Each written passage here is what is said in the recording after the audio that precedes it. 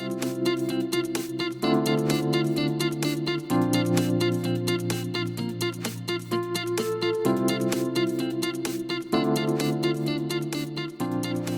é Milka, eu sou a idealizadora e hoje apresentadora do projeto Submissas.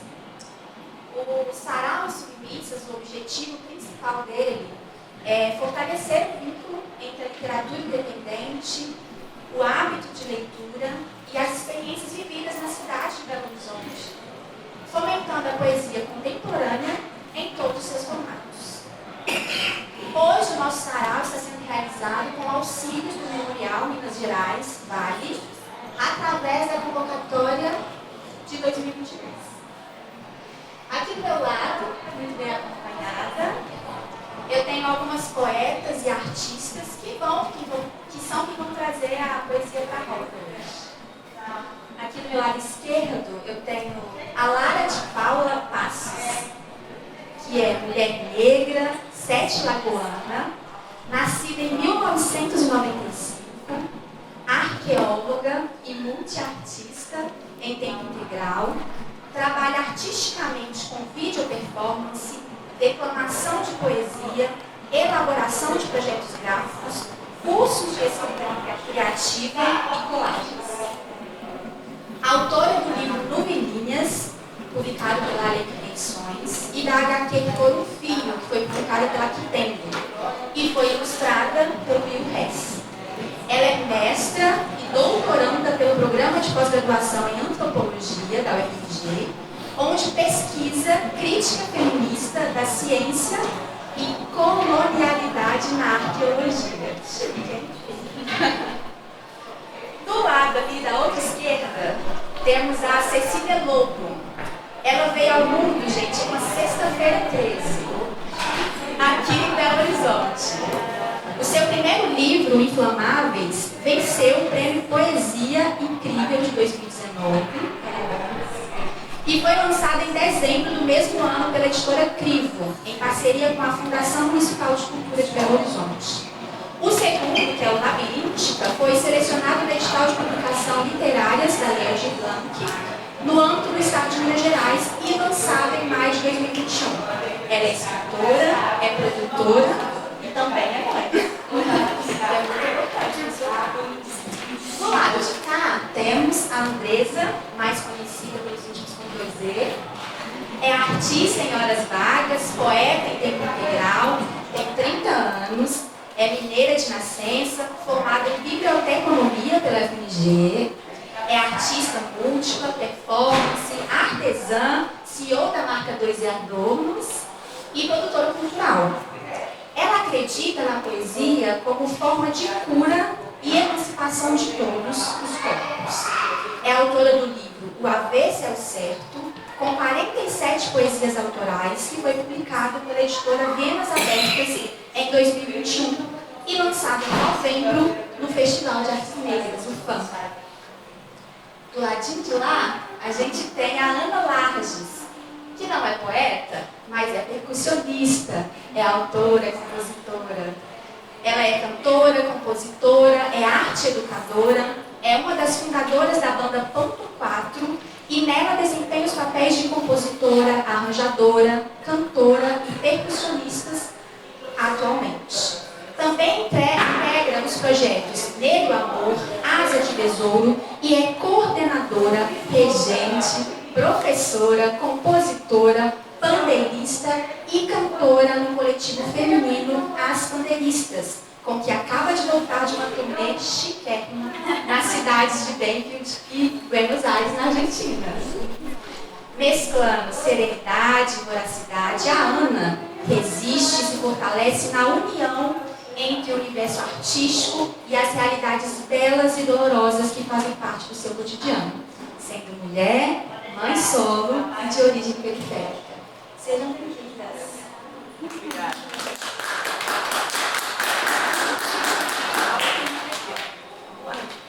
Eu sou artista de equilíbrio também. Gente, a gente tem alguns livros disponíveis aqui, era para eu te entregar, né, Mari? Que são os livros das leituras que estão apresentados aqui com a gente. Se alguém quiser folhear, conhecer um pouquinho mais, se quiser escolher um poema depois para ler aqui para a gente, para compartilhar, Vocês podem ficar à vontade, tá? Eu vou começar, para chamar a conversa, já que eu comecei a praticar da esquerda, bom, conversando com a Lara. Eu queria, deixa eu ligar esse microfone já para te ajudar, Lara. Que você contasse um pouquinho pra gente, Lara, sobre o seu livro Novelinhas, que a gente está falando aqui sobre autoras que fizeram publicações independentes. Quando a gente fala de publicação independente, a gente está falando de pessoas que não tiveram uma editora, que contrataram essas escritoras para ficar ali só por conta da escrita, né? Recebendo um salário anual para ficar escrevendo. Então a gente está falando de artistas e de poetas que precisam desempenhar essa parte que é da produção, não só da escrita, né? De correr atrás de um financiamento, né? Para conseguir produzir a arte, tanto em poemas quanto em música, né? Todo esse projeto que a gente precisa fazer para que a arte saia e vá para as pessoas, né? Conta pra gente um pouquinho, Lara, sobre o seu processo de publicação desse livro, quais foram as dificuldades, ou quais foram as partes que mais gostou, assim, que fizeram diferença para você ao ver esse resultado pronto. Bom dia, gente. Bom dia. A produção do Novelinhas foi, eu acho que muito grata, assim, por ser o meu primeiro livro publicado e eu também consegui publicar pela Aldir Blanc. Então, eu acabei recebendo um financiamento que tinha um espaço de manejo muito bom, porque era uma quantidade de dinheiro boa para poder fazer uma primeira publicação. Assim. Para quem não sabe, a Aldir Blanc é um edital de fomento cultural público, né? Que libera um recurso para que artistas de diversas partes possam produzir e publicar os seus livros e as suas artes. Então, no Novelinhas nasceu desse jeito. Eu nunca tinha participado de um edital desse formato, assim, e também foi a minha primeira experiência com publicação. Eu vi que é muito mais difícil, muito mais custoso todo o processo e detalhado do que aparenta, assim. Mas eu achei que foi uma vantagem ter conseguido fazer o meu primeiro livro com tanta liberdade, porque como eu que geria o financiamento, então eu pude escolher capa, fonte, qual editora que eu ia escolher para poder estar junto comigo, como que ia ser a divulgação, eu pude escolher tudo, papel. Eu acho que a parte mais divertida foi fazer essas coisas gráficas, assim, ir na loja de papéis e observar todos os papéis, cada um com uma granulometria, aí uma cor, eu achei muito divertido. A parte mais difícil, com certeza, foi a parte de divulgação e venda, né? É muito custoso, é um negócio que, depois, inclusive, do lançamento e de terminado os contratos, né, com o pessoal que foi montado uma equipe para poder fazer todas as coisas, eu não tive nem perna para poder conseguir continuar no mesmo ritmo. Assim. Já tinha gastado sua energia toda. Nossa, pra que isso? E aí eu cheguei à conclusão de que, assim, realmente o livro tem o nome de uma pessoa na capa, mas o livro ele é uma coletividade, assim, seja porque tem muitas histórias dentro dele, porque ele vai lembrar de muitas pessoas, mas é porque impreterivelmente ele vai ter que passar pelo mão de mais de uma pessoa para conseguir sair e existir, assim. Então, e isso foi legal, porque enquanto escritor, geralmente a gente tem essa impressão de que a escrita é solitária, a produção da arte é muito solitária, e é mesmo, né? Às vezes a gente fica numa solitude grande, mas para poder colocar essas ideias no mundo e elas poderem inventar, chegar em outros lugares, precisa ter gente, né? Então eu gostei desse processo também, porque foi uma boa forma assim, que a gente passou na pandemia, né? A Aldir Blanc ela inclusive saiu por conta da pandemia. Eu acho, inclusive, que todas vocês produziram durante a pandemia, né? Exato. Aqui e Ana também, os alunos, né? Isso foi um respiro, né? Pensando que durante metade do processo de produção a gente só conseguia fazer as coisas à distância, né? Então, as reuniões com a editora eram tudo na videochamada. E aí, depois de um tempo, né, a gente pensar que, um ano depois, a gente já conseguiu encontrar. E aí você vai ver pela primeira vez pessoas que estavam no seu cotidiano, primeira vez ao vivo, pessoas que estavam assim, todo dia conversando com você, mas que você ainda não tinha visto. Então, para mim, o processo de produção do Novelinhas foi muito especial por conta disso, assim, marcou que eu sei que eu, historicamente, não vou conseguir me desvencilhar, porque não tem como a gente esquecer que teve uma pandemia, né? Ela sempre vai estar marcada. E o livro está atravessado por isso, mas eu sinto que, falando um pouquinho dele, né? É um conjunto de prosa poética, que tem algumas poesias polvilhadas, assim, que está falando um pouco de cotidiano, que foi criado nesse período da pandemia, né? Então, o que eu tinha começado a fazer era escrever uma coisinha por dia, para não ficar doido. E aí, às vezes saía uma coisa incrível, às vezes não saía nada, às vezes, né, saía alguma coisa que era possível. E aí eu consegui fazer isso por 170 dias, mandei para Aldir Blanc 90 e aí no final a gente selecionou 52, que é maravilhoso esse processo de edição também, né? Nem tudo que a gente faz é necessário que as pessoas leiam, mas às vezes é melhor que a gente salve ali aquilo que é mais carnudinho para poder deixar as outras coisas para trabalhar, né? Não é só porque a gente não vai mostrar que não merece que a coisa seja escrita, né? Tem algumas coisas que são importantes que a gente guarda pra gente também. E aí, assim, é isso. Ele não tinha sido planejado, produzido, pensando em virar um livro, mas o processo dele de se elaborando enquanto livro foi muito divertido, porque conforme eu fui fazendo ele foi ficando com cara de livro, eu também fui me sentindo mais autora, sabe? Tipo, estavam sendo gestados os dois, assim. Então, esse é um pouquinho do meu livro. É interessante você falar sobre se sente mais autora, porque você já recitava poesia há muito tempo, né? Você já tinha poema há muito tempo que você produzia já, né? Aproveita e lê pra gente. Tá bom. Então, peraí. Posso...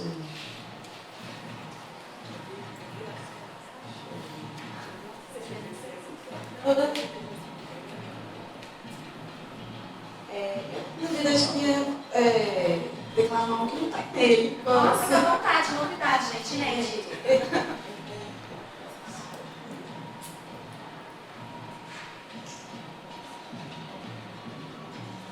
Hoje eu vou ler o que eu quiser.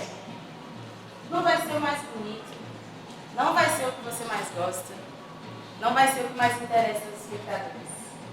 Eu cansei de mirar no estrago, querer o aplauso, buscar dar espetáculo. Hoje só tem escrita fria. Tentei, mas não saiu uma linha rica. Eu fiquei sem dormir e eu me frustrei escrevendo e saiu só isso. Esse texto é inconclusivo. Ele não veio para me agradar, ele me incomoda. Ele emana dos meus poros como uma revolução interna, me dizendo que o meu corpo se recusa a produzir algo de bom só porque eu espero dele. Peixes gordos, em cardume, cheiro de maresia. Hoje a barraca está fechada, eu não abri a peixaria. Hoje só tem ninharia. E não pense que eu estou amarrando mixaria, não é isso aqui. Nem só de grandes obras vive a poeta ou a poesia.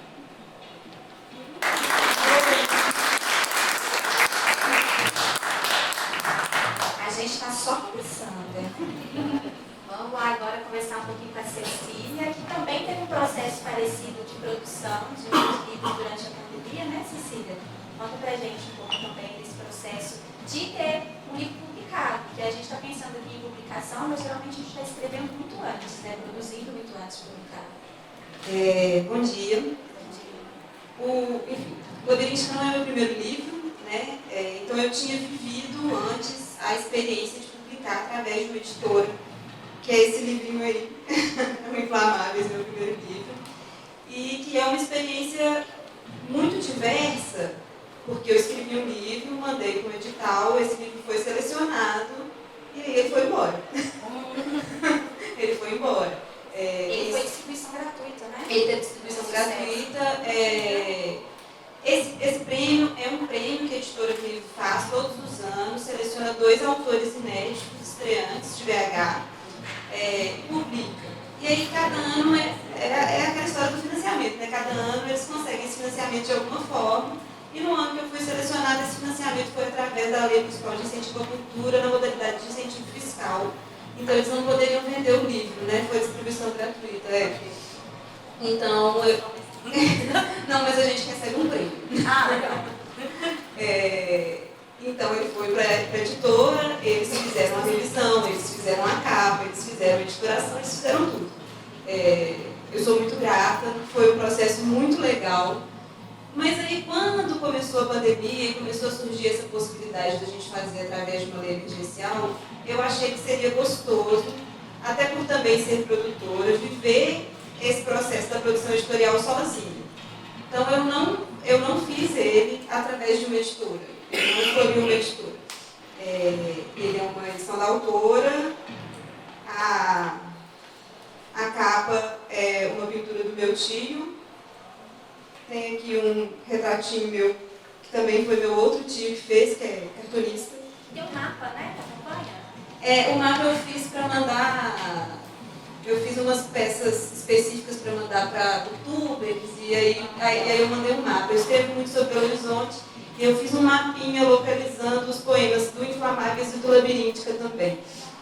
E para mim foi muito um processo de lidar com a falta que eu sentia da cidade, de ocupar a cidade, enquanto a gente estava impedido de fazer isso. Eu escrevo muito sobre isso e quando começou a pandemia eu pensei, agora eu não vou escrever nunca mais. Enquanto isso não acabar, eu não vou escrever uma linha. E aí eu comecei a perceber que eu estava escrevendo muito sobre isso, sobre esse processo da saudade e de como era habitar essa cidade inabitada, assim, olhar para fora da janela e não ver ninguém. E aí eu até vou ler um poema que fala um pouco sobre isso, que é do lado da minha casa tinha uma escola. E aí todo dia nos horários, no horário da saída, no horário do recreio, o sino tocava. E eu ficava assim, gente, que coisa mais esquisita, um sino de escola tocando, a gente não escuta as crianças, a gente não escuta nada. Mas o sino estava tocando. Então essa certeza de que alguma coisa ainda continuava acontecendo, ainda que parecesse que não. E aí nesse sentido eu acho o livro muito localizado no tempo. E agora eu já estou vivendo um momento de não conseguir me identificar muito com o livro. Eu olho e falo assim, gente, quem escreveu esse livro? E aí, nesse sentido, tem muito a ver com isso que a Lara falou, que são muitas pessoas que fazem o livro, né? E das muitas pessoas que fazem o livro, eu, em particular, era uma pessoa que já não existe mais, que ficou ali, né? E aí está aí, presa no livro, um testemunho desse momento que foi-se. Bom, você recomendou, né? Que você tinha perdido essa pessoa, tinha ido. Foi embora. Então, vou aproveitar e já vou ler o poema. Se chama Isolamento número 4. Eu nomeei vários como Isolamento número tal. Nessa rua, todo dia, toca um sino de colégio. Não me lembro se havia um colégio nessa rua. Certo é que não há risos de criança, passinhos apressados em um ir e vir de recreio. Mas insiste o sino, sozinho e triste.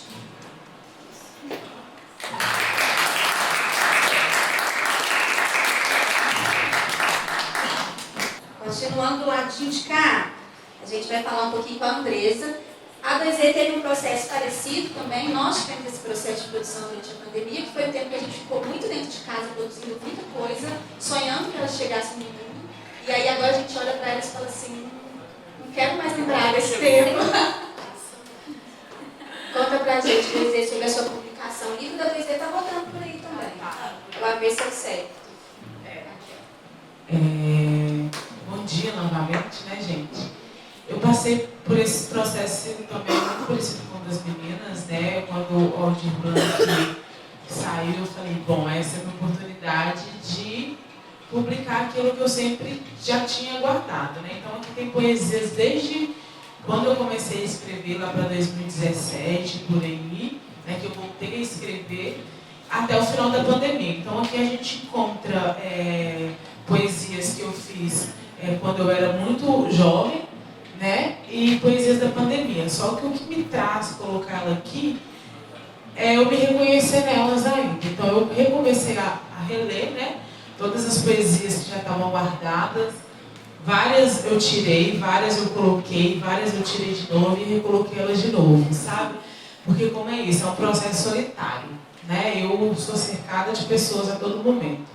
Então, poxa, publicar um livro na pandemia, sozinha, entendeu? Umas poesias que você acha que ainda fala por você, outras que você fala, eu acho que as pessoas não querem ver, mas não quero que as pessoas saibam desse tão meu íntimo, porque é o que eu falo, quando você publica um livro, você está eternizada, tá? A gente não consegue acabar no mundo com, por exemplo, 300 exemplares de livro, sempre alguém vai ter, entendeu? Então, quando você publica um livro também, você está vulnerável àquilo, né? A sua vulnerabilidade se torna explícita para todo mundo. Aquilo que você lia só para os amigos, agora seu livro está lá, sei lá, nos Estados Unidos, que alguém levou, deu de presente. Você fala, nossa senhora, o que o povo está lendo lá? Né? Pensar em biblioteca, a gente não sabe o que eles fazem. A gente não sabe, assim, e aí a gente também tem que dar 2 exemplares para as bibliotecas, assim, né? E aí eu ficava muito... foi bonito para mim, porque eu consegui, igual as meninas falou, né? Eu que podia escolher tudo, então, mas também eu, livre demais, meu Deus, eu posso escolher tudo, eu queria colocar tudo, o que eu posso fazer? E aí eu entrava naquele loop, assim, de eu coloco tudo ou eu não coloco nada, o que eu coloco, o que eu faço, né? E aí eu vi que eu estava dando meio que uma surtada assim dentro de casa. Aí eu falei, nossa, não.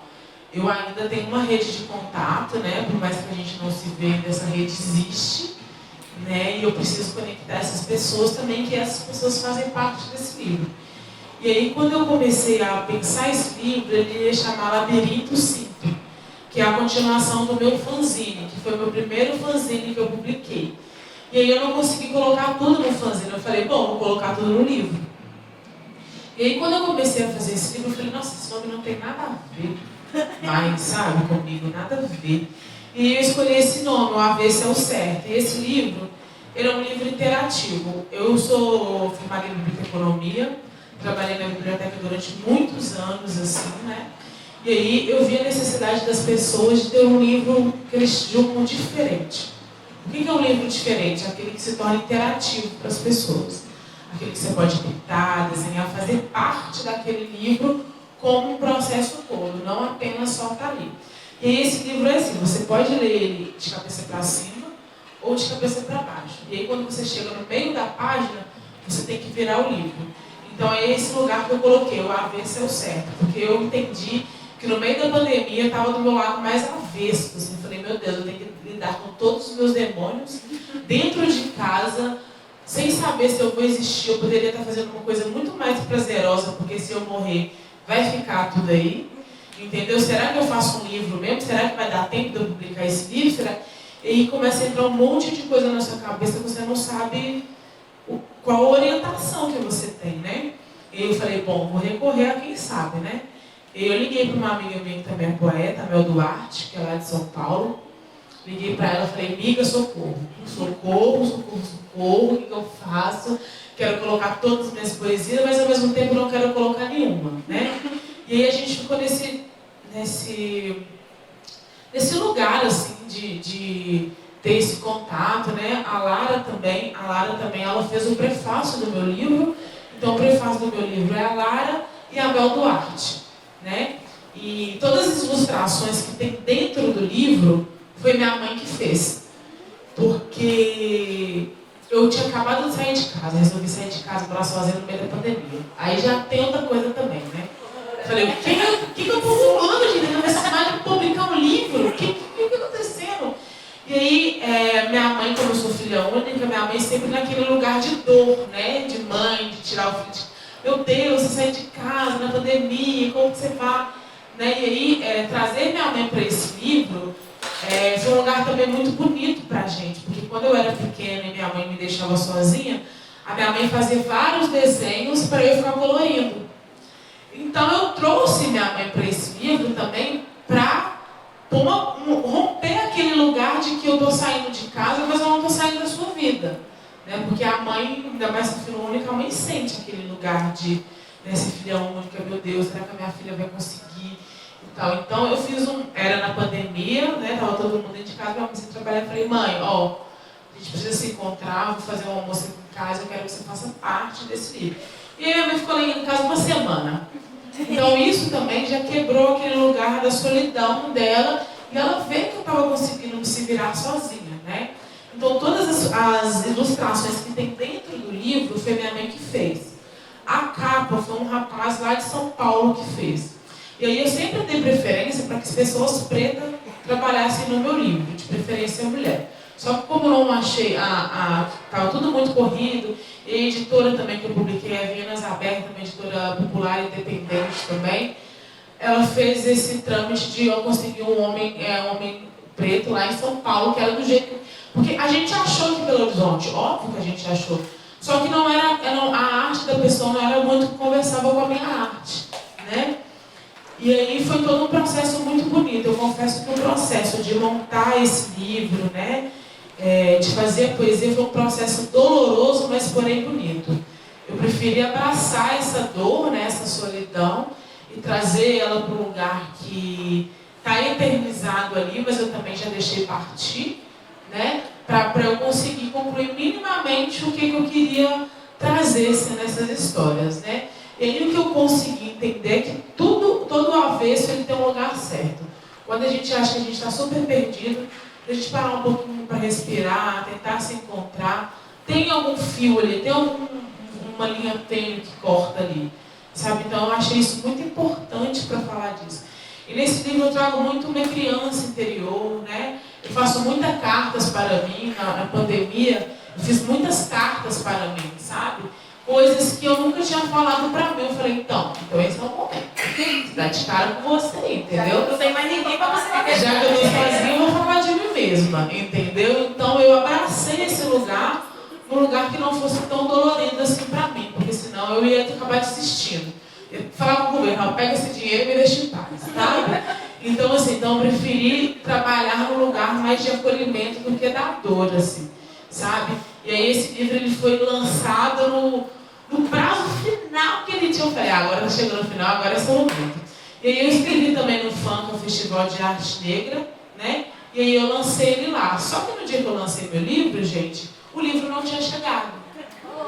Eu lancei meu livro sem o meu livro, que ele não tinha chegado. Mas assim, abracei esse lugar também e falei, vamos embora. O livro não está aqui, mas a poeta está. Se vocês me perguntar, eu vou saber responder. Né? E aí a gente foi. Sei que quando o livro chegou, ele tinha muito erro. Erro de digitação, que foi errado. Por mais que eu conferi, minhas vistas já estavam cansadas de olhar aquela mesma coisa. Aí eu falei, Exu sabe por que o meu livro não chegou a tempo. Né? Porque se eu vendo 40, 50 exemplares estava errado, o que eu ia fazer? Né? Então, aí depois que eu vi que tinha algumas coisas erradas, eu falei, nossa senhora, que bom que esse livro tinha chegado. Mas assim, foi uma coisa muito bonita de viver no FAM, sabe? O Festival de Arte Negra, que acontece de 2 em 2 anos, eu poder estar ali depois da pandemia e viva, né? E falando sobre o meu livro, um evento grande, importante em Belo Horizonte, e eu estar ali, falei, venci, entendeu?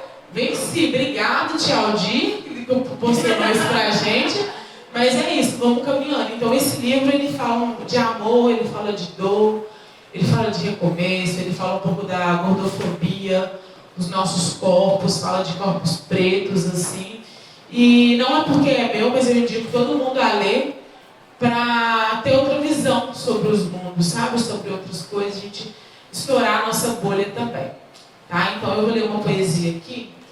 Na verdade, essa poesia eu já tinha decorado ela, só que tem tanto tempo, gente, eu estou tão feliz, tem tanto tempo que eu não declamo, que ela está aqui, mas eu vou tentar falar com vocês, tá?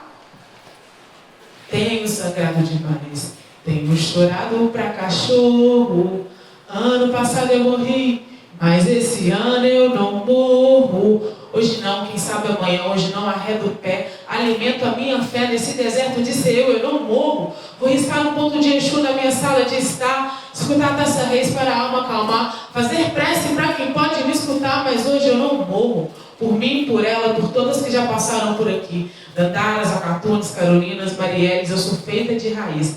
É que da terra eu vim e para ela eu serei adubo. É a mistura dos meus ancestrais e desse jeito capricorniano um pouco duro. Então hoje eu vou cantar, para o mal não me espantar. Hoje a ansiedade não vai me matar. Já acendi vela para Oxalá, pedi ao Baluaê a cura ofertar. É porque hoje eu não morro. É que de adubo em adubo eu surto. Olha, eu te digo, é difícil costurar a própria alma. Ontem de cama, fazendo poesia, reli poesia e sempre escrevia na mesma linha, torta e mal diagramada. Mas hoje eu não morro, por mim, todas já passaram por aqui. Eu sou semente que germina. E nessa de ser semente, eu vim destinada a ser baobá, a árvore da vida. Então, por isso, hoje eu dedico a vocês e compartilho com vocês todas as minhas poesias, para que todas as mulheres se mantenham de pé e com fé e com muito axé.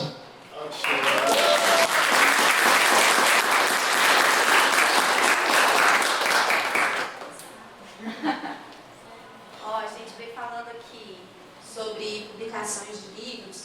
Agora a gente vai conversar um pouquinho sobre álbum, né, Ana? Né, que a gente está pensando em pandemia, solidão, de escrever dentro de casa. Como é que faz show? Difícil, né? Produz um álbum. A Ana, como eu disse lá no começo, é integrante da banda Ponto 4, assim, do coletivo Pandeiristas. E durante a pandemia estava em um processo de produção de um álbum, né? Conta pra gente esse processo. Bom dia, gente. Bom dia. Estou até com o coração acelerado, não foda. Eu sou musicista, eu fui fazer as contas agora, esse ano, assim. E profissionalmente já tem 15 anos que eu sou musicista. E eu parei para fazer essas contas porque eu percebi que os caras fazem as contas. Os caras sabem se dar o crédito e que a gente realmente precisa correr atrás disso também. Porque a gente tem que ficar provando que a gente sabe o que está fazendo, né, o tempo todo. E não para para também ver a nossa estrada, a nossa caminhada aí. Enfim, eu sou percussionista, sou cantora, sou compositora. Só uma profissão horrorosa. Artista, gente. Artista faz porque... Oi. Artista faz as coisas porque tem que fazer, que eu acho que a gente não tem muita escolha, né? Eu sei que vocês estão falando sobre poesia, sobre escrita, mas várias coisas que vocês falaram eu me identifico muito, assim. Porque eu acho que a arte de falar sobre si ou sobre o que se passa durante a vida é íntima demais. É muito íntima, é muito específica. Algumas pessoas vão se identificar e às vezes elas vão entender aquilo de uma outra maneira, nada a ver com o que você estava passando. Mas é uma coragem muito grande falar sobre as coisas, poder escrever. E a minha maneira de me comunicar é através da música, que também está um pouco por aí, né? Durante a pandemia, a gente estava no 1.4, que é essa banda que existe desde 2017, fazendo o nosso segundo álbum. A gente nunca passou em edital nenhum de lei de incentivo de cultura. Continuamos fazendo as coisas porque a gente é doido, porque a gente resolve fazer, né? E tem que fazer, porque senão a nossa arte morre. E aí a gente vai junto também. Então a gente lançou o primeiro álbum em 2019, que foi o Exu Te Ama, que tem todo um contexto. A gente fez ele dentro de um quarto e, enfim, saiu da maneira que dava para sair. A gente é feliz porque ele existe, mas musicalmente a gente ficou com uma vontade de fazer uma coisa com uma qualidade muito melhor. Tentamos vários editais, continuamos tentando, não conseguimos apoio, só que a gente foi participando de alguns festivais da cidade. Com esse dinheiro, a gente não pagava nem a nossa passagem, nem as nossas contas, a gente não pagava nada. A gente falou, nós vamos pegar esse dinheiro e investir numa maneira de trazer um álbum que seja de uma qualidade maior, musical. Porque é isso, a gente sabe o que a gente faz ao vivo, né? As pessoas conseguem entender ao vivo. Mas para chegar no fone de um jeito que seja audível, do jeito que a gente quer chegar, você precisa de toda uma estrutura. E é isso, ninguém trabalha sozinho, né? A gente queria poder ter parceiros que fizessem aquela estética ali. E para isso a gente tinha que ter dinheiro, né? Porque também é isso, a gente precisa pagar as pessoas que estão aí por nós, né? Sempre que dá. E aí a gente passou ganhamos alguns prêmios de uns festivais. Nós somos um coletivo do Barreiro, todo mundo barreirense, faveladão, e a gente faz muita questão de falar do Barreiro sempre. E dentro do Barreiro foi onde a gente conseguiu os prêmios do Festival do Dia da Música e o Festival Mabam. São dois festivais que acontecem dentro do Barreiro para as pessoas, para os artistas do Barreiro terem acesso a alguma coisa. A gente fala do Barreiro porque o Barreiro ele é deslocado, né? As periferias têm uma dificuldade grande de chegar ao centro e o Barreiro em específico ainda tem uma coisa de estar muito distante. As pessoas têm uma relação de, não vou lá, não, nem, e a gente está o tempo todo vindo aqui. Então a gente está nesse movimento de volta, de tentar fazer as pessoas irem para lá e se não quiser a gente mesmo vai. Então era isso, a gente queria os profissionais de lá com a gente e os profissionais que estavam durante a nossa caminhada desde sempre, escutando e curtindo o nosso som, né, Milka? Então a gente ganhamos esses prêmios de melhor show, de show mais assistido, na doideira, de divulgar mesmo entre nós. E aí pegamos esse dinheiro, falamos assim, vamos fazer 3 singles, era o que dava para pagar, durante a pandemia, com um cara que cobrava muito mais caro. Eu vou dar uma estimativa para vocês entenderem o que eu vou falar. Um som com esse cara era R$3.000. Uma música. É uma música só. Então a gente pegou esse dinheiro, nós ganhamos uma premiação de R$1.500. Eu liguei para ele na minha cara de pau e falei, Fabrício, deu R$1.500, a gente precisa fazer alguma coisa, porque senão as pessoas vão esquecer que a gente existe. Como que é? Ele foi na parceria e falou, vou fazer 3 sons para vocês. Nesse período, na nossa primeira formação éramos 4 pessoas. Durante esse período já éramos 3, que sou eu, o Calixto e a Luísa de Paula. Enfim, compusemos, nós 3, as 3 canções, nós que fizemos, o arranjo todo em casa, e falamos, estamos fazendo um álbum, começamos a divulgar, não estamos fazendo um álbum. Não estava fazendo um álbum, a gente só tinha 3 músicas. Esse negócio de nós vamos fazer, gente, vai chegar, em algum momento isso vai chegar. E aí a gente escrevia para edital, não, 2021 vai sair, 2022 vai sair. Todo edital, gente, 2023 sai o nosso sério. Mas fomos fazendo, porque se as pessoas não botassem fé, não saía nunca. Fizemos esses 3 singles, lançamos em separado. São 3 músicas são as músicas que eu mais gosto do álbum, porque eu acho que foi um processo pandêmico. A Luísa tinha acabado de ganhar o filho dela, o Bento. Eu tenho 2 filhos. E a gente morava lá no Barracão do Barreiro, então a gente compunha com os meninos correndo em casa, cachorro, os vizinhos, festança, loucura, gente. Nós fizemos esses 3 sons. Uma delas é bem datada da pandemia, hoje eu escuto e falo, o Bolsonaro estava lá, né? Não tinha como não falar sobre ele, a gente, óbvio, falou. Então esses 3 são Pra Onde Eu Vou, Longe Daqui e Suor. Elas falam muito diferente do nosso primeiro álbum, sobre coisas concretas. Esse álbum tem o nome de Chão, porque a gente resolveu dar essa dualidade. O nosso primeiro era Exu Te Amo, porque a gente sabe que quem tem que abrir o nosso caminho é Exu e ponto final, sacou? Então a gente falou, não, a gente precisa fazer isso, e aí tem outros contextos, e depois a gente precisava falar sobre as nossas realidades. Cada um individual, com seus corpos, com as suas vivências e tal. E aí fizemos esses 3, e aos poucos a gente foi tocando em outros lugares, as pessoas acreditaram mesmo que a gente ia fazer o álbum.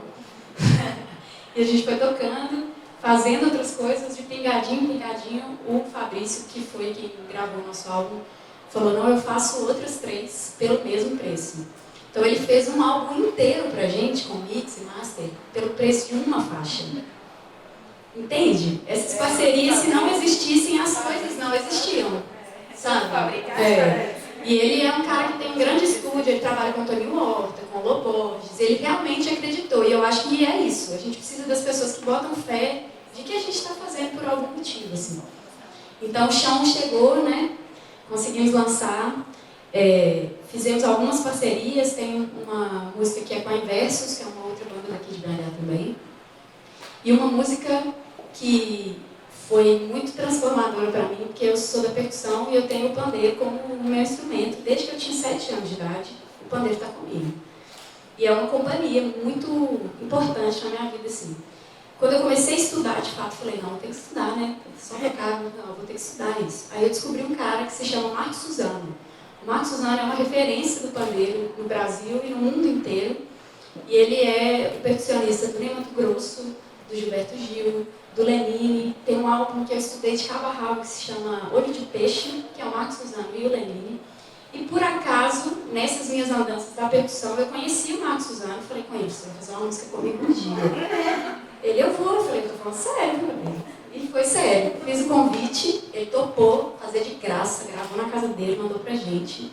E aí quando eu falei pra ele, eu vou te chamar, ele falou, eu só vou topar se a música for boa. Se for ruim, eu não quero. Aí eu falei com os meninos, vamos fazer uma música boa, galera. Se não for boa, ele não vai. E aí ele topou e gravou com a gente. Então, assim, é transformador. Acaba que o Chão está falando sobre várias estradas. Ele foi feito na pandemia, mas ele traz, desde antes da pandemia, a trajetória da música, o que é ter que viver, sobreviver de música. Não é a mesma coisa de você, né, ter uma fonte de renda aí, ter a arte. É uma coisa muito diferente. Ter que criar 2 filhos com isso. E toda essa trajetória. E o chão tá aí, escutem. Se vocês gostarem, vocês me contam depois. Se vocês não gostarem, conta também. E a gente continua na mesma, assim. Esse é o ponto 4. Tô falando muito, né? Mas vou falar mais um pouco. Tá bom. Esse é o ponto 4, eu preciso muito falar desses 2 projetos. Ponto 4 e a Pandeirista. Ponto 4 é essa banda, onde tem nós 3, e as Pandeiristas é um coletivo de mulheres que ensina mulheres a tocar pandeiro. E aí, quando eu falo mulheres, eu digo todas as mulheres que sentem que podem estar na roda, independente de como você se sente mulher. Se você quer estar lá, a gente está aberto para você. A gente faz em específico esse lugar porque a gente sempre sentiu que a demanda das mulheres para se colocar num lugar de prazer, eu quero aprender um instrumento, é uma coisa que não é natural. A gente não sabe, a gente está sempre cuidando do outro. Meu marido sempre tocou um negócio ali, mas eu nunca peguei, não sei, eu não sei, sempre foi essa relação, assim. E aí a Manu, que é a fundadora do coletivo, fez esse projeto acontecer e logo no início, assim, ela me chamou para fazer parte junto, para poder somar com o canto também e fazer o coletivo existir. Então o coletivo é roda de pandeiro nas praças para todas as mulheres. A gente sempre volta no beabá do pandeiro, então não precisa ter um instrumento, não precisa saber tocar. E se você sabe, a gente vai identificar na roda que você sabe e vai te dar um conteúdo a mais para você poder tocar também. Então é esse ajuste. Ali dentro, em 2018, a Luísa, que é a minha companheira do ponto 4, veio para as pandeiristas também, porque a gente não tinha muita agenda, eu e a Manu. E aí a Luísa já estava desenvolvendo muito, assim, ela estudou 1 ano de pandeiro e ela já tocava igual a gente, assim. E aí eu falei, não, então vamos trazer a Luísa veio também para as pandeiristas. E aí nós somos 3 artistas, né? 3 artistas diferentes, 3 compositoras e percussionistas e tal. E aí a gente resolveu, já com a roda acontecendo, fazer um projeto em que a gente também pudesse mostrar a nossa arte, das 3. E aí a gente começou o processo de composição coletiva entre nós e tal. Então, quando a gente foi para a Argentina agora, esse ano, foi a primeira vez que a gente fez um espetáculo que se chama Pele para se tocar em trio. Aí as pandeiristas já teve o suporte da Aldir Blanc, teve suporte da lei municipal também, para conseguir montar esse espetáculo. E é um espetáculo que fala sobre a pele, cada uma com sua pele, cada uma com sua vivência, suas cicatrizes, e é só pandeiro e voz. E aí a gente teve a Júlia Tizumba fazendo junto com a gente, muito sensível para amarrar tudo, fazer alguma coisa acontecer de um jeito que fosse harmoniosa. E é isso, então a gente continua, as pandeiristas seguem. Então, quem quiser conhecer, já segue as Pandeiristas. Amanhã a gente está aqui, é isso, 11 da manhã. E a gente amanhã vem com a Dona Elisa, que é uma sambista aqui, muito antiga de BH. Ícone. Eu tô igual um menino pequeno, gente. Eu fico perto dela assim, Dona Elisa. Enfim, e é isso. E para fazer, falei demais, muito obrigada por me escutarem, mas é porque é muita coisa, né? A gente sabe como é que é. E para fazer a primeira música, eu queria falar sobre as minhas maternidades, porque eu acho que a minha arte foi uma antes de eu ter os meus filhos, tenho 2 filhos. Depois eu tive que tornar aquilo ali uma outra coisa. Todo dia eu tenho que reinventar porque eles precisam comer, porque eles têm que, né, entender que a vida vai seguir, então é muita coragem. Então, eu sempre começo falando sobre eles. E aí eu tenho essa música que se chama Eu Livre, que é a dualidade da maternidade.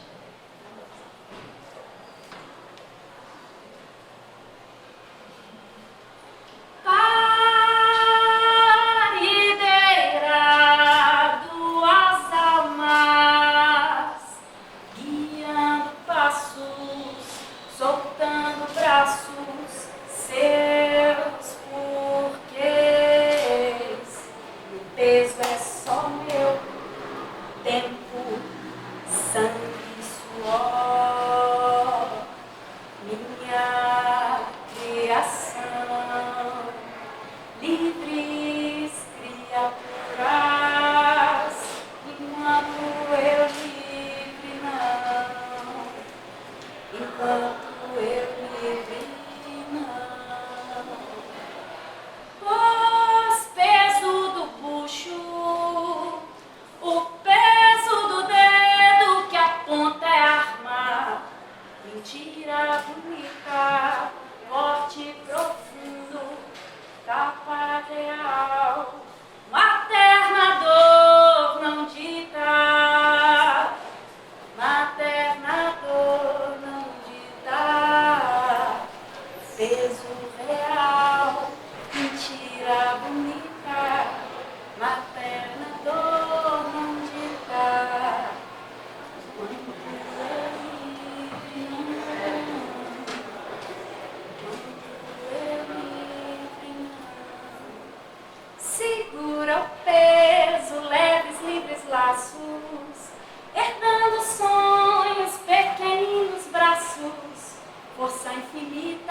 feita em meus pedaços.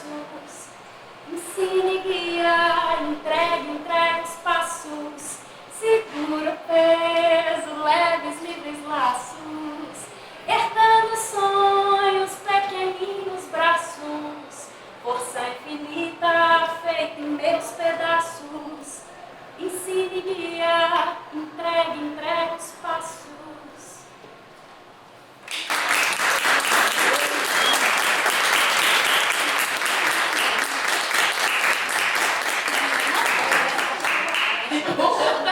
Se não tiver autorizado, eu chorei.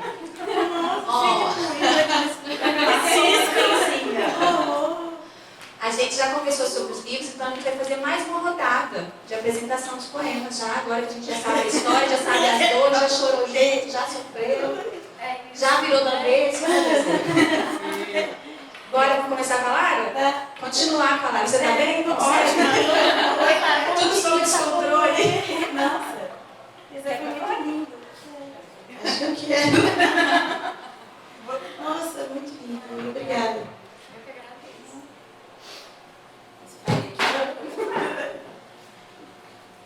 Deixa eu ver. E aí eu perdi o que estava pra cá. Não, vai dar certo. Eu nasci por causa da palavra. Joguei ao ar o meu primeiro sopro de vida e fui verbo. Por isso, não me adapto bem ao silêncio. Gosto dele apenas enquanto expectativa. Quando precede uma fala, respiro entre uma palavra e outra. O equilíbrio que nos permite entender as coisas. Palavras navegam no meu silêncio. Boiam na minha mente. Não importa aonde eu vou, ou quando eu pedale, caminhe, nade ou rasteje, as palavras me acompanham. Todas essas conjecturas bobas costuradas nas minhas roupas, as palavras me vestem e me despem. Sempre foi assim. Eu lembro de mim quando minha mãe ainda tinha avó. Eu era um pouco mais do que pó de gente, gotinha miúda, tinha os olhos esbugalhados de bichinho curioso que tem fome de mundo. Quando minha avó deixou minha mãe, eu já era do tamanho de uma roseira pequena. Antes de fazer da minha mãe avó, agora sou peixe. Metamorfoseio-me contente, apreciando todas as fases. Mas há um nó que a tudo ata. A palavra.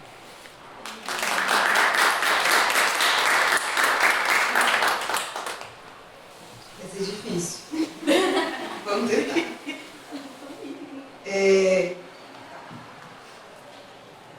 Esse livro, Labiríntica, tem também uma questão política. A Dulce falou sobre isso e eu fiquei pensando que seria importante citar também, né?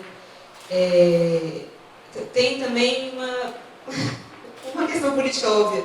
A gente estava vivendo um momento histórico terrível no nosso país, né? E eu me peguei pensando muito como seria possível a gente refazer alguma coisa a partir do que estava desfeito ali.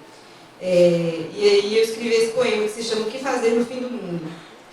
Redescobrir a arte, esquecer a técnica, questionar a concorrência, dilacerar as hipocrisias, não enriquecer mais quem quer nos matar, recusar o bom senso dos endinheirados, compreender-se gente, exercer autonomias múltiplas, curar dores antigas, fortalecer pernas e senso crítico, não ceder ao medo, não sucumbir ao capital, amar com força mesmo que de longe, subverter os meios de comunicação, lembrar do sol e da água, reconhecer a generosidade da natureza, perceber a brutalidade que temos dedicado a ela, suavizar-nos, descobrir-nos em nossa solidão, aprender nossos gostos e nossos caminhos.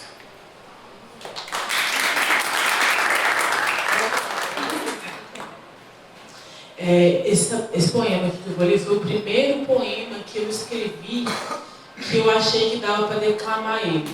E aí depois, com o tempo, eu descobri que tudo dá para declamar. Não existe um poema certo que não dê para declamar, entende?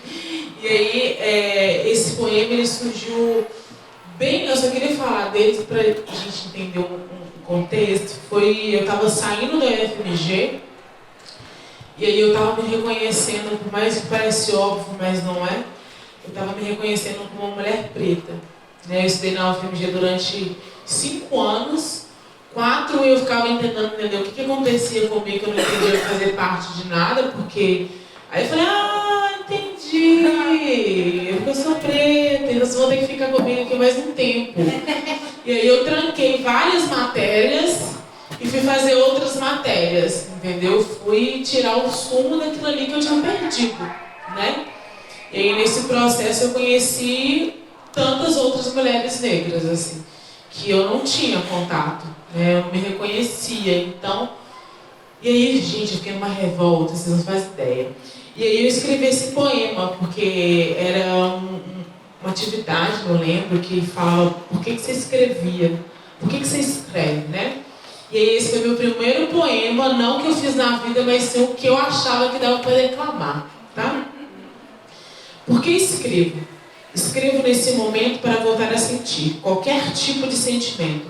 Amor, ódio, paixão, raiva, saudade, seja o que for, eu preciso sentir. Há um abismo dentro de mim em proporções que eu não consigo mensurar. Queria sentir amor, o mínimo que fosse, da maneira mais simples que pudesse sentir. Até raiva eu queria sentir. Assim saberia que alguma coisa ainda me tira do eixo. Olho para a mulher que eu me apaixonei há um tempo atrás e sei que dentro de mim existe algum sentimento por ela. Mas nesse instante não tenho forças para amá-la e nem conquistá-la. Todos os meus sentimentos estão em queda livre. E é por isso que escrevo? Bom, não sei.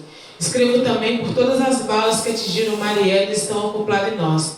Estamos com hemorragia diária. Escrevo também por Luana, que se foi tem um tempo. Lésbica, pobre, negra, espancada até a morte por PMs. Tenho hematomas em meu corpo que nunca serão apagados. Ontem foram elas, amanhã pode ser eu. E se for eu, tudo bem, eu já não sinto nada mesmo. Eles irão nos calar só mais um de nós. E muitos nem vão importar. Afinal, eles sentem mais do que eu. Eles sabem mais do que eu. Eles sentem ódio, eles disseminam ódio. Quando o sino soar para eles, na porta do céu eles irão chegar. E quem abrirá a porta para eles entrar? A Petra, pobre favelada que eles acabaram de matar. E com suas vestes brancas, não vai permitir nenhum dele ficar. Manda para o diabo que é no colo dele que eles irão sentar. O diabo é branca, de classe média alta e tem muita cocaína para cheirar. Acho que vocês não vão se importar. É do lado deles que vocês sempre quiseram estar. E não acho que o diabo é nossos orixás. O diabo é o Deus de vocês que vocês usaram para nos exterminar.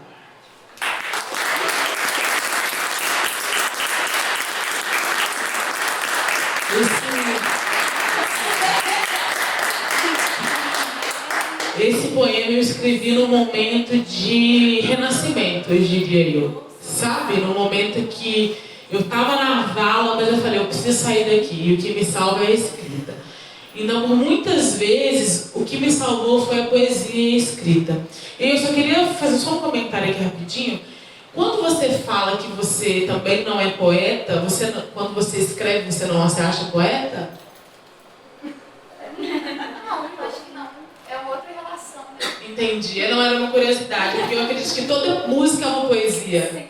Entendeu? É um outro lugar, né? Então, daqui uns dias você me conta, tá? E é isso, porque eu acho que quando a gente escreve, a gente se torna primeira pessoa. Né? Eu estou escrevendo sobre mim. Então eu tenho direito de falar sobre mim. Porque por muitos anos, né, os nossos corpos pretos, muitas pessoas escreveram e falaram por a gente. Né? Então quando você entende que você pode escrever e você pode falar por você, você entende que a poesia e a escrita ela também é uma vertente de cura. Então acho que o recado que eu queria dar é isso. Escreva. Mesmo que ninguém for ler. Muitas vezes a gente escreve para ninguém. Não está afim de mostrar a ninguém. A gente escreve para a gente recomeçar e deixar muitas coisas para trás, tá? Vai fazer poesia inspirada. Aí vai ficar difícil, né? Desse jeito. Está complicadíssimo pra criar. Deixa eu só contar rapidão dessa música, porque ela tem um nome que não é muito conhecido. Ela se chama Muiractã. Durante a pandemia, eu descobri uma história, já conhecia a minha avó, mas muito pequena, assim. E aí eu fui descobrir várias histórias. Ela deixou um sapinho para mim. Ela foi embora, uma pedrinha assim. E aí ela sempre falava, não, isso aqui é o que você vai escolher, dar para os outros.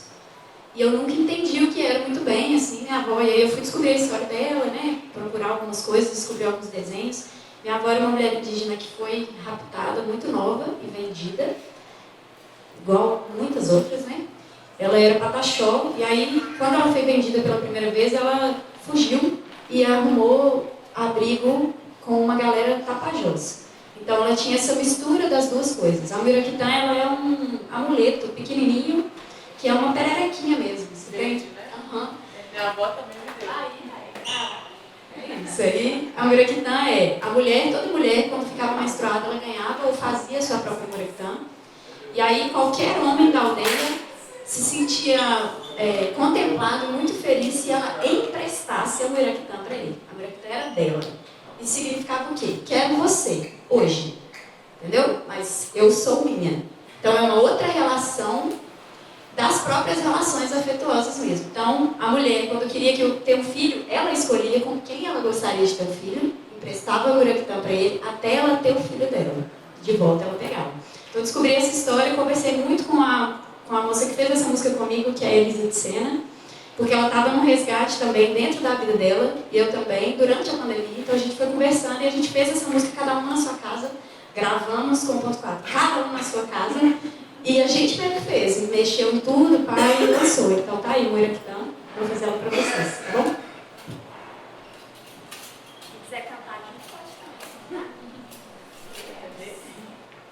Ana de Calmecete de lá, tem cheiro de jurema, muita semente pra trabalhar.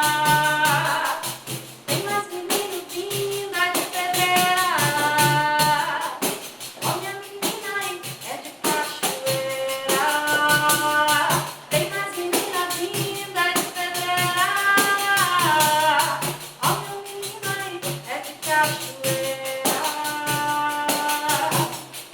Rio que corre pra cima, terra de luz que ilumina, Minas Gerais ancestrais.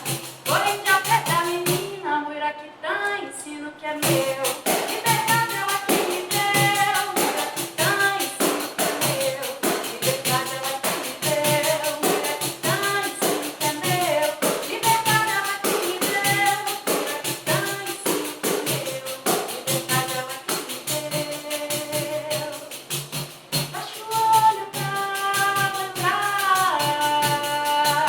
ganhe força no caminhar. Por conta dela, meu eu nasceu. Só por força dela, tudo seu viveu. Muiraquitã, ensino que é meu.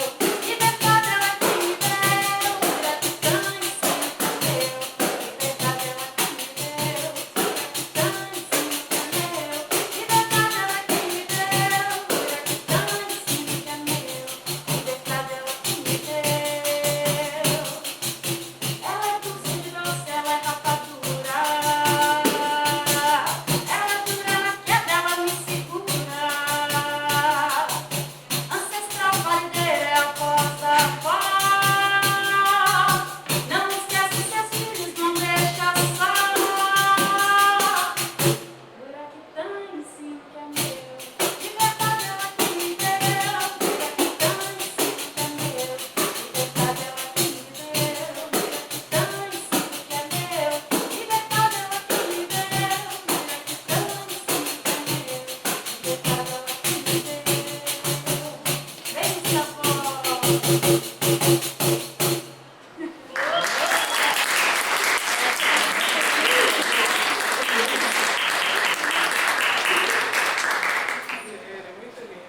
Ó, já estamos finalizando. Alguém quer recitar uma poesia? A gente passou os livros aí. Alguém pegou o livro? Ah, vamos passar. Ai, que linda. Se apresente pra gente, fala o seu nome. Nadir, adoro a parte do meu filho. Seu textão na internet não oculta nossa dor. Quando vocês nos olham com ódio e rancor. As minhas tranças, meu turbante, meu black balt, são levados, hidratados, são lavados, hidratados e cuidados. Não somos terríveis para ser apalpados. Todos inocentes, entre os churros é o seu preconceito. Olha aquela menina linda, vocês ainda afirmam em dizer que é preta linda. mulata, moreninha e escurinha. Substantivos, adjetivos, seja como for, causa dor. Ela é linda, sua cor mais ainda. Sua história tem cor, diria, vermelho e preto, com sangue e fervor. Vocês ainda acham que temos que agradecer a Sinhá que nos libertou? A entrar no supermercado, de mochila, gera tremor. Queremos só comprar, como qualquer consumidor, sem ser julgado pela nossa cor. Ao entrar na loja, será que vocês sempre vão nos questionar o valor? Dizem que eu ocupo a vaga de vocês. Insistem em dizer que eu sou capacitado. Vocês usam as nossas cotas e batem no peito, com a certeza que é merecedor. Ostenta seu jaleco, seu diploma e ama ser chamado de doutor. Vocês batalham pelo quê? Bom, acho melhor vocês responderem. Mortas, minas, estupradas e agredidas, delimitadas, reprimidas e caladas. Somos nós, mulheres negras, em maioria, todos os dias.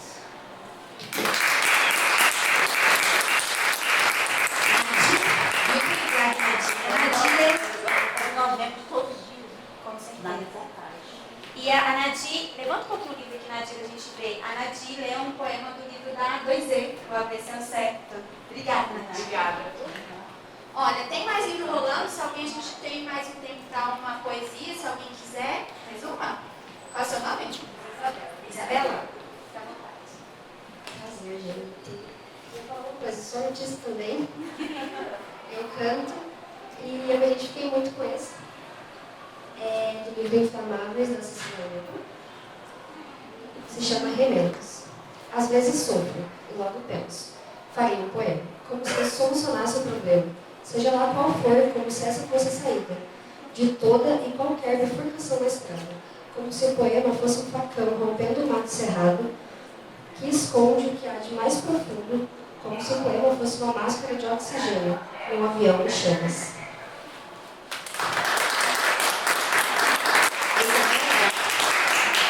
Onde que a gente encontra o seu trabalho? Então, eu tô muito ali no Instagram, eu canto há muito tempo, desde criança. Eu comecei a postar agora e tal. Então, qual que é o seu Instagram? É ela com 2 L's, F Godoy. Ela com 2 L's, F Godoy. O trabalho dela pra gente ir lá conhecer. Ó, a gente já vai finalizar. Antes da gente finalizar, a gente vai finalizar com uma música da Ana aqui, pra gente sair no ritmo aí do pandeiro, né? Eu queria só fazer os agradecimentos, deixa eu achar aqui, me lembrei da bagunça. Um poema? Então deixa eu fazer os agradecimentos, aí o poema mais a Ana, beleza? Deixa eu achar aqui. Os agradecimentos no audiovisual, Lulu Alê, está filmando aqui a gente, tirando as fotos. A produção executiva do LV BH, da Mari Castro. As poetas e artistas que aceitaram participar desse desafio, né? Cecília Lobo, Lara de Paula, Andresa 2E, Ana Lages. A equipe do Memorial Minas Gerais Vale, que nos recebeu com muito carinho e que também possibilitou que esse evento acontecesse, porque os eventos têm custos, né? E a gente precisa desses apoios que a gente estava falando aqui antes, né?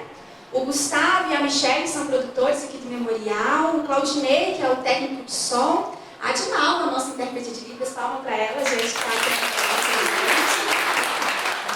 E principalmente a vocês, muito obrigada que vieram aqui assistir, escutar a gente, aprender um pouquinho, ouvir, compartilhar a poesia e a música.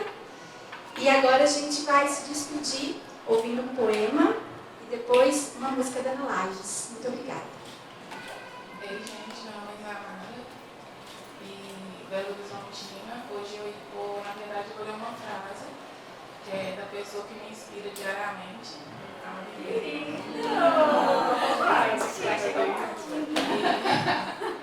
E na verdade é uma frase que me tocou muito antes de eu relacionar com essa pessoa. E para mim ela é Andresa, na verdade. 2D artista, e é uma frase que para mim, assim, eu não me pessoa tão como eu me amo, sabe? Eu tenho, por incrível que pareça, tenho muito pouco tempo que eu me reconheci como mulher preta. Muito pouco. Principalmente pela minha profissão, pelas coisas que eu já passei. E é mais um sentimento de gratidão mesmo. E essa frase eu repito para mim algumas vezes quando eu comecei a escrever há pouco tempo. Que é: o fogo que habita em mim nunca é suficiente para acender o pavio alheio. E assim, ele me tocou muito há um tempo, que é uma frase também que a Andresa fala muito, há um tempo, que eu acho que ela pode ter sentido um pouco antes de mim, mas é uma frase que toca muito em mim quase todos os dias da minha vida.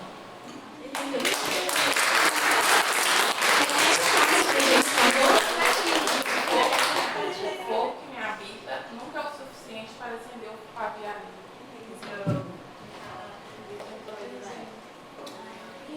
Vamos agora encerrar, gente. Muito obrigada a todo mundo que participou, que veio ouvir a gente.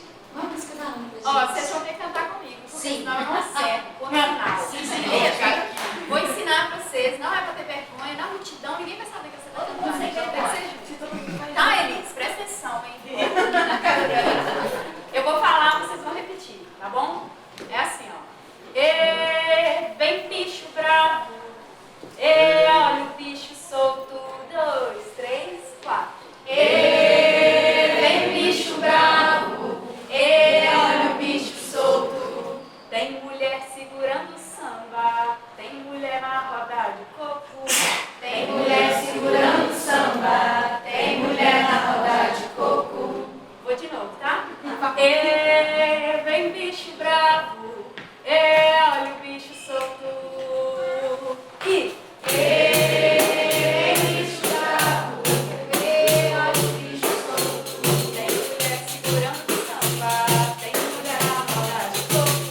Tem mulher segurando o samba, tem mulher na roda de coco.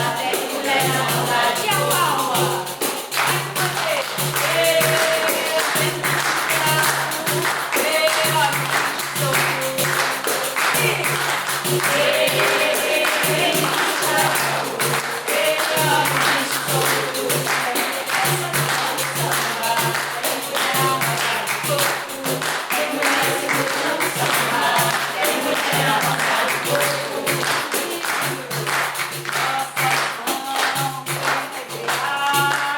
Todo sonho que mundo até a visão especial. Essa volta bonita, tocar nos teus inteiros, tocar nos teus inteiros,